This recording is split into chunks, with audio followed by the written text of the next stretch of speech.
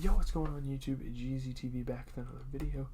Late night video. We are here at Mic Check to talk about tonight's NBA action. And obviously, this is the last week of the season. The season's kind of winding down. A lot of playoff implications, all sorts of stuff like that. So let's just get into the games. We're going to first talk about my Celtics. They played the Raptors, been in a lot of close games recently. I'd rather not talk about them. We're only talking about the five good games that were on tonight. Celtics wrap up the East number 2 seed with a 4-point win over the Raptors. So playoff spots and like specific seeds are starting to get clinched. So there's that for you. Great scoring from Malcolm Brogdon. 2 late free throws to help the Celtics hold on. And obviously no Jason Tatum. Jaylen Brown and Robert Williams returning to the lineup apparently had some trade-offs. And coming up here in less than 40 minutes, we're going to be watching the new Dave season, the first episode. We're going to watch like 2 episodes of that next week. I'm very excited to see what we have and what they have in store for us. But looking at the Raptors, first things first, you have a Pascal Siakam performance of 28 points and 11 rebounds.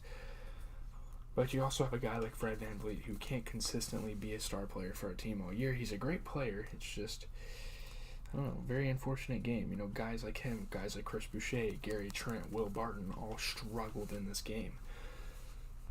It is what it is. I didn't even notice Brogdon had this good of a game. I was just looking at Jaylen Brown going for 25 points, 11 rebounds in his return. But, yeah, 29 points off the bench for Mr. Brogdon here. 67% from the 3. It is a widely known debate between, guys like him and guys like Bobby Portis for 6th Man of the Year. I'm pretty sure they would give it to Brogdon, though, because Giannis has had a lot of load management this year, and Bobby's played over him. So, yeah. Moving on to the Knicks and the Raptors game. Emmanuel Quickley and Quentin Grimes lead the Knicks past the Pacers by 9. I should have put this in the thumbnail. My goodness, Emmanuel Quickley, what a season he's having so far. He's going to have a really good NBA career, and any doubts people had on him at first are all faded away.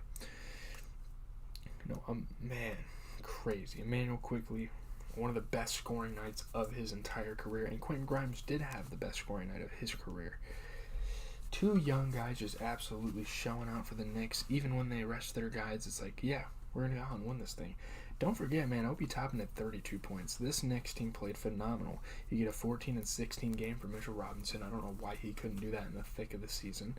You get 39 points for Emmanuel Quickley. You get 36 for Quentin Grimes. And, man, not a lot went wrong. Yeah, they played incredible.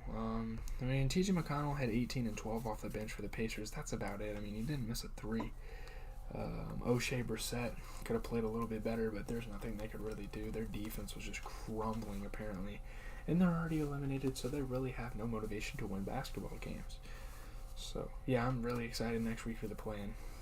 I'm going to continue to watch more and more basketball games. So, yeah. Moving on. We have a choke of the century here with the Grizzlies-Pelicans game. My goodness, Memphis. What the hell are you guys doing? Wow, my shirt looks fire in here. I just realized that. That looks freaking clean, man. That's cool. But yeah, this was a pretty wild game. Pelicans beat the Grizzlies by 7 in overtime. They earn a play-in spot with this win. So shout out to the Pelicans, back-to-back years, having a shot at the title. Obviously, they're probably not going to get it, but yeah. While Herbert Jones makes his living as the Pelicans' top defender, he can also punish opponents who underestimate his shot. Yeah, they were down by a lot in this game, I'm pretty sure, and they came back. Oh, my goodness.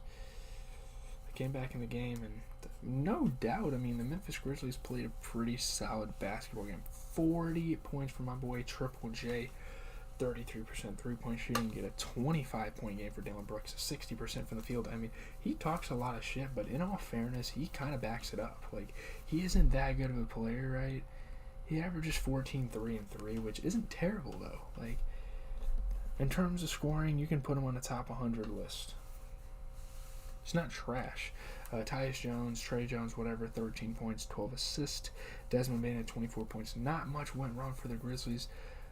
Obviously, Aldama got hurt, and, Kennedy Chandler off the bench as a rookie isn't really a viable option for them, so it is what it is. The Pelicans, this was a really good game. 24 points, 13 assists for Brandon Ingram, 35 points for Herb. Shout out to Herb. Wow, the Roku screen looks different.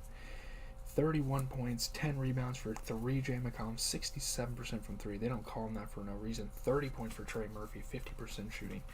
Very good young squad. I mean, guys like Herb, guys like Trey Murphy, hell, even B.I. has a lot of time on this team, I feel like. And they're going to keep a lot of those guys because they're consistently making the playoffs. So I think it's great. Good win. Good playing spot secured. So there you have it. Moving on to the Kings and the Mavs. Probably the best game I watched tonight. Oh, man. Watching this game really makes me appreciate what Kyrie does in this league. He's phenomenal. Anyway, he's absolutely phenomenal. Mavs keep playing hopes alive with a 4-point win over the Kings. You know, Kyrie Irving had already sparked a rally to put the Dallas Mavericks in front when he hit a gravity-defying shot that helped seal a victory to keep their postseason hopes alive. I mean, some of the shots he makes, some of the moves that's in his arsenal is absolutely insane. Shout out to Kyrie Irving, one of the most skilled basketball players we will probably ever see in our lives. I'm about to go watch some highlights. I mean, he is amazing. Kyrie is fucking phenomenal. But you look at the Kings, you get a triple-double from Sabonis, 19, 11, and 11, and didn't miss a single 3. You get 28 points for D. Fox. I mean, their good players played good. You know, a guy like Kessler Edwards off the bench kind of struggled to get involved offensively, so there's that. Kevin Huerter lost his temper. All that stuff. But you look at the Mavs, and I mean, they didn't play too bad. 24 points for Tim Hardaway. 31 points for Kyrie Irving after scoring only like 12 points in the first 3 quarters. The man shot 60% from 3, and he shot very well from the field. I mean, he shoots difficult shots, but he has a really good percentage while doing it most of the time. He's such a skilled player. Basketball players around the world wish they could play like Kyrie. I mean, the dude is absolutely phenomenal. He's a phenomenon. He's one of the wonders of the world. Luka Doncic, though, 29 points, 10 rebounds. So there you have it for that. Lakers and Clippers wrapped it up. The Battle of LA was kind of disappointing, especially with kind of the stakes of this game, you know, fighting for the playoff spot. But yeah, Norman Powell and Kawhi Leonard lead the Clippers over the Lakers. They won by 7. Very tough loss for the Lakers. It seems like the Lakers clinched a 500 season. You gotta give them credit for that. The Battle of Los Angeles was no contest. They quest for the highest possible playoff seed is another story for the Clippers and Lakers. So, yeah, dope game. Yeah, honestly, a solid game. Anthony Davis had 17 points and 11 rebounds while shooting 50%. LeBron had 33 points after a 3-point first half. It's wild. 67% from 3, 65% overall. Amazing. 20 points for Austin Reeves while shooting 50% from 3.